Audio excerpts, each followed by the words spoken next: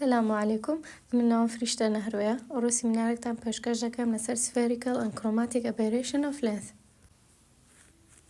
لە کۆنتێنسەکەدا سەرەتا باسی introduction دەکەین، لە پاشانیدا types of aberration, practical setup, minimizing aberration و conclusion و reference.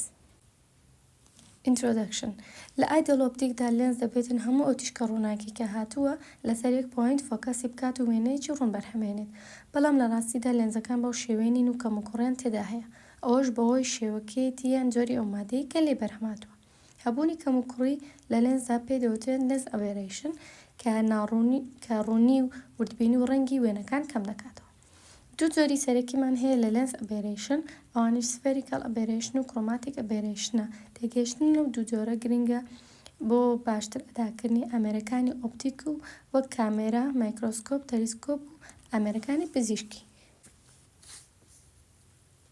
مەبەستیە لە خوێندنی لەو دوو تایپەی lens aberration. یەکەمیان بۆ تێگەیشتن لە فۆرمێشنی spherical و chromatic، دووەمیان پیشاندانیەوەی کە چۆن شەیپ و درێژی شەپۆل کاریگەری هەیە لەسەر کواڵیتی وێنە، سێمیان مێژەرکردن لە گۆڕانی فۆکل لێنز بۆ هەرێکە لە ڕەنگەکان کە بەهۆی کڕۆماتیکەوە دروست دەبوو.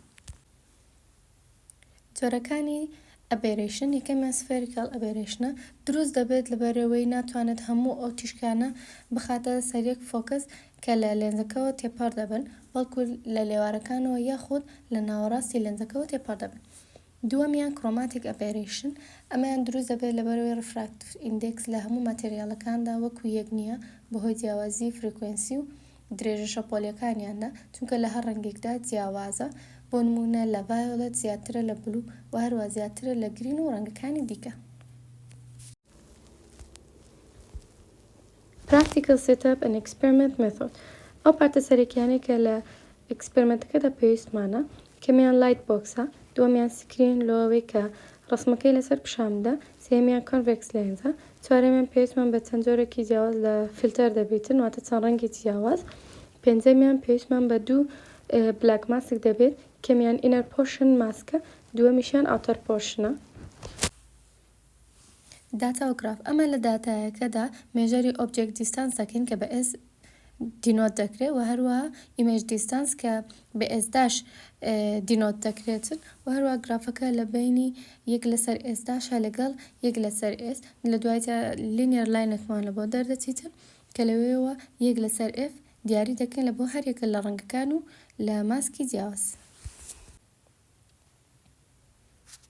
minimizing aberration یان کەمکردنەوەی ناڕوونی لە لێنزدا دەتوانین بە چەند جۆرێک ئەو ناڕوونیە کەمکەینەوەی، کەمیان بەکارهێنانی ستۆپ کە ڕێڕەی تیشکەکە دەگۆڕێت بۆەوەی تەنها بە ناوەڕاستی لێنزەکەدا تێپەڕ بێت.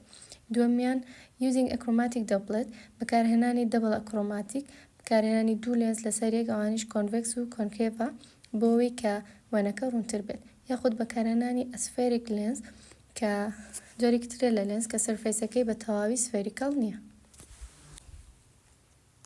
Conclusion. لە ئەکسپریمەنتەدا دوو جۆرین لە ناڕوونی لێنزمان پیشاندا، ئەوانش spherical و chromaticە کە بە شێوەیەکی بەرچاو کاریگەریان لەسەر ناڕوونی وێن هەیە.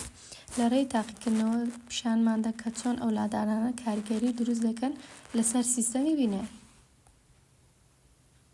ئەوەش ئەو ڕیفرەنسانەیە کە لە پرزنتەیشنەکە بەکارمهێنا. و زۆر سپاس.